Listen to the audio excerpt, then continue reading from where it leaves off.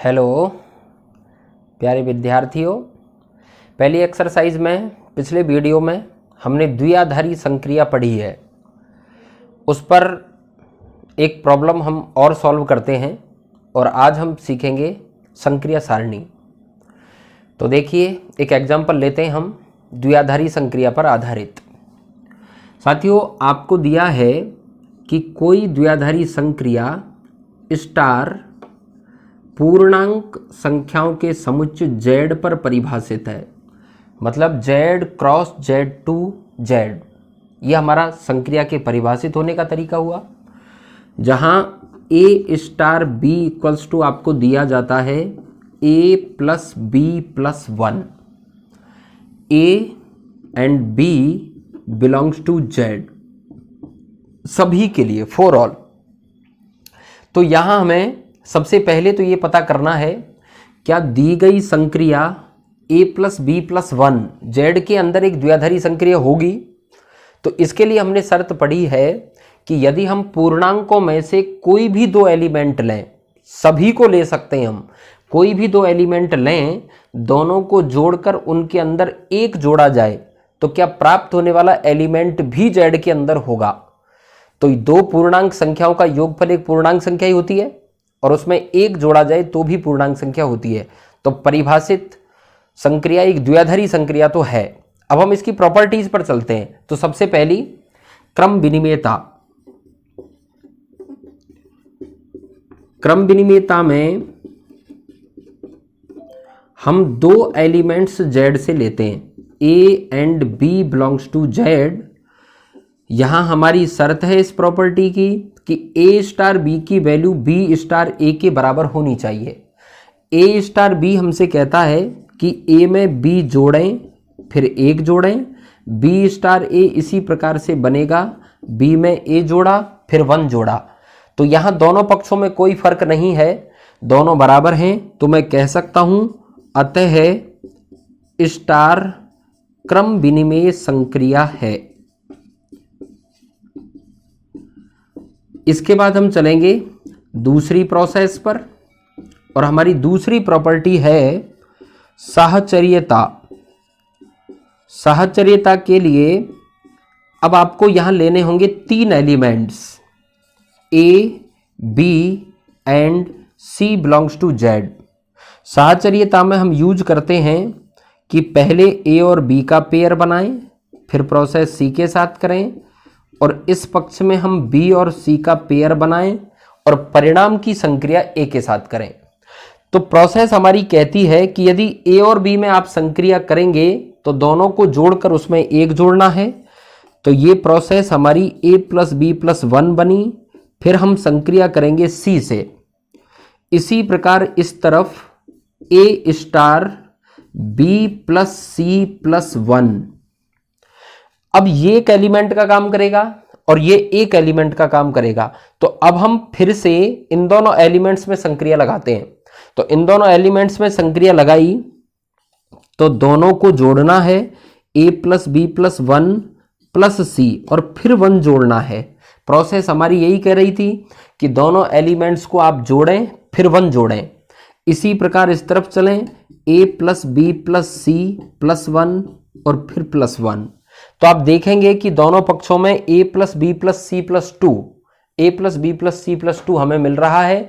तो हम कह सकते हैं कि संक्रिया साहचर्य संक्रिया है। a plus B plus c plus 2 equals to a plus B plus c plus 2। अतः स्टार साहचर्य संक्रिया है।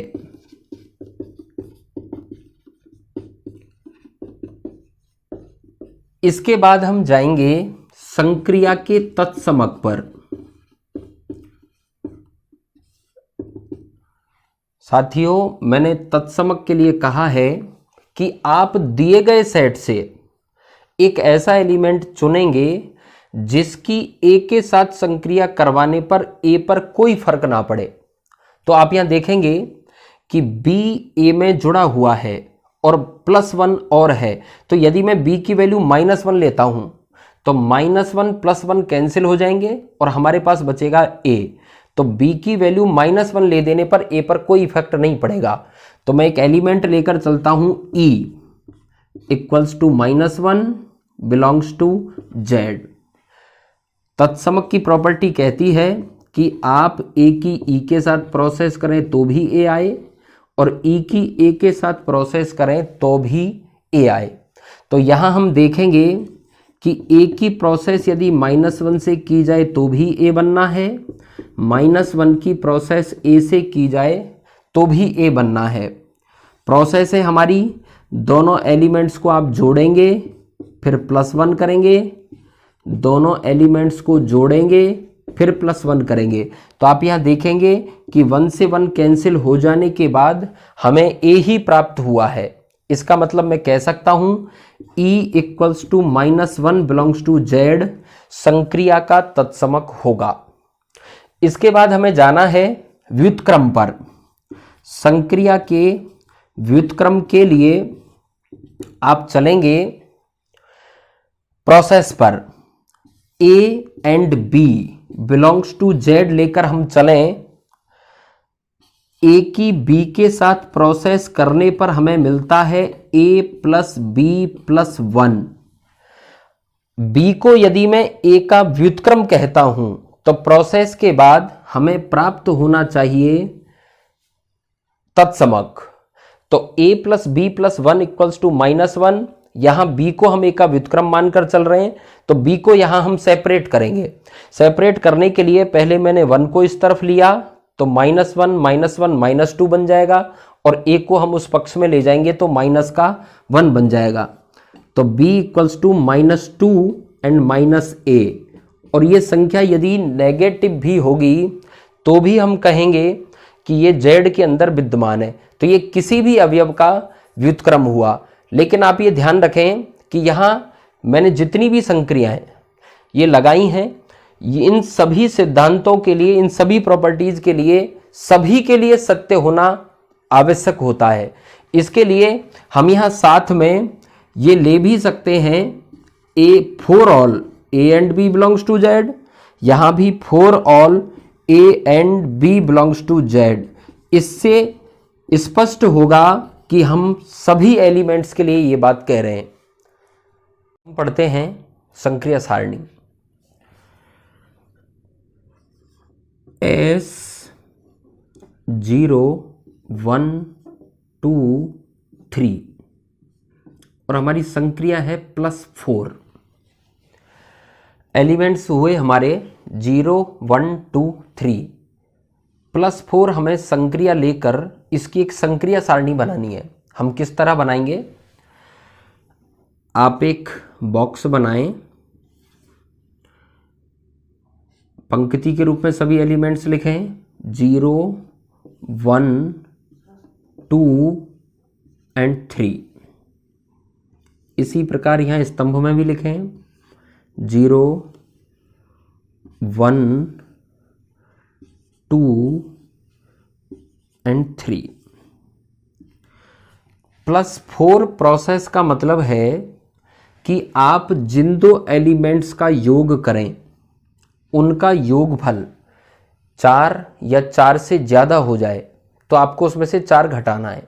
जैसे 0 में 0 जोड़ा तो 0, 0 + 1 1, 0 + 2 2, 0 + 3 3, 1 + 0 1, 1 + 1 2, 1 + 2 3, 1 + 3 4, 4 - 4 0, 2 + 0 2, 2 + 1 3, 2 + 2 4 - 4 0, 2 + 3 5, 5 - 4 1, 3 + 0 3, 3 + 1 4, 4 - 4 0, 3 + 2 5 - 4 1, 3 + 3 6 - 4 2।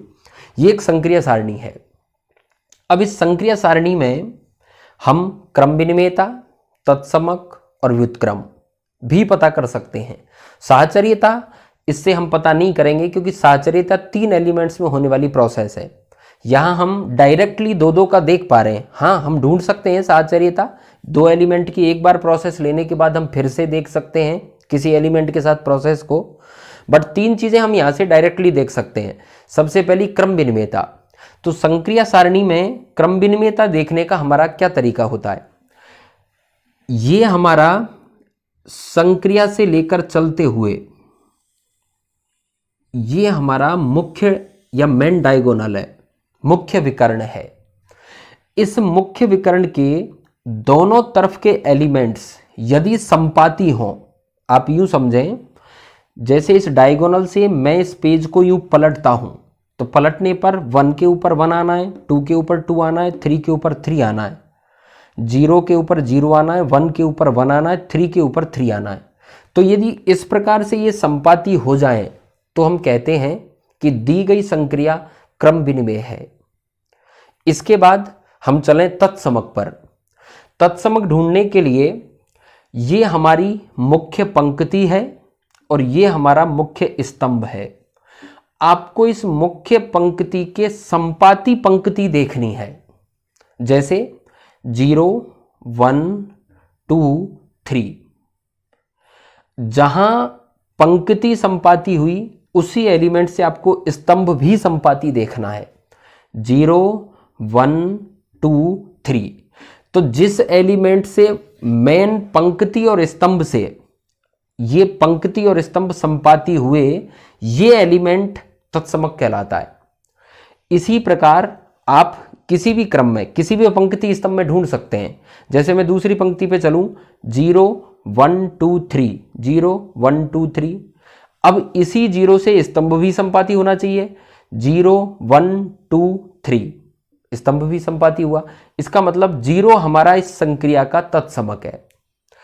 तीसरी बात, ये हमने पिछले एग्जाम्पल्स में पढ़ा है कि तत्समक हमें तभी प्राप्त होता है जब किन्हीं 2 प्रतिलोम अवयवों की संक्रिया होती है। तो अब इस पूरी प्रोसेस में हमें जहां जहां 0 प्राप्त हुआ है वो अवयव एक दूसरे के व्युत्क्रम हैं। जैसे 0 हमें यहां प्राप्त हुआ, यहां प्रोसेस थी 0 और 0 की, तो मैं कहूंगा कि 0 का प्रतिलोम 0 है।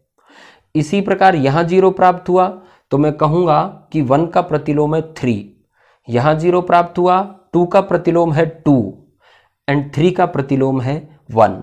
तो इस संक्रिया सारणी के माध्यम से हम प्रोसेस को लगा भी सकते हैं और क्रम विनिमेयता, साहचर्यता, तत्समक, व्युत्क्रम, वो सारी चीजें हम इसके ऊपर ढूंढ सकते हैं। अब हम इसके ऊपर एक क्वेश्चन और करेंगे जो आपकी एक्सरसाइज का है, देखें। Non zero real numbers are 0 को छोड़कर सभी वास्तविक संख्याएं हैं। यहां हमारी कोई संक्रिया फलनों का संयोजन, जो हम एक्सरसाइज में पढ़ते हुए आए हैं, हमारी यह प्रोसेस द्विआधारी संक्रिया संयोजन ही है और उसे हम परिभाषित कर रहे हैं वास्तविक संख्याएं जिनमें 0 नहीं है। R0 cross R0 to R0, जहां आपको 4 फलन दिए गए, हम संक्रिया सारणी की सहायता से इसे करेंगे। सबसे पहला फंक्शन है f1 की वैल्यू है x। दूसरा फंक्शन है f2 जिसकी वैल्यू है -x। तीसरा फंक्शन है f3 जिसकी वैल्यू है 1/x और चौथा फंक्शन है f4 जिसकी वैल्यू है -1/x।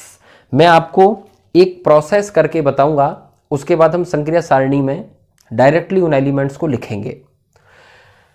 संक्रिया टेबल बनाएं हम, star f1 f2 f3 f4। इसी प्रकार इस तरफ f1 f2 f3 and f4। आपको फलनों को संयोजित करते हुए टेबल बनानी है। तो सबसे पहली प्रोसेस है हमारी f1 की f1 के साथ संयोजन हम सीख चुके हैं। हम लेते हैं f1 ऑफ f1x आपको करना है, means f1 of f1x। f1x की वैल्यू है ओनली x।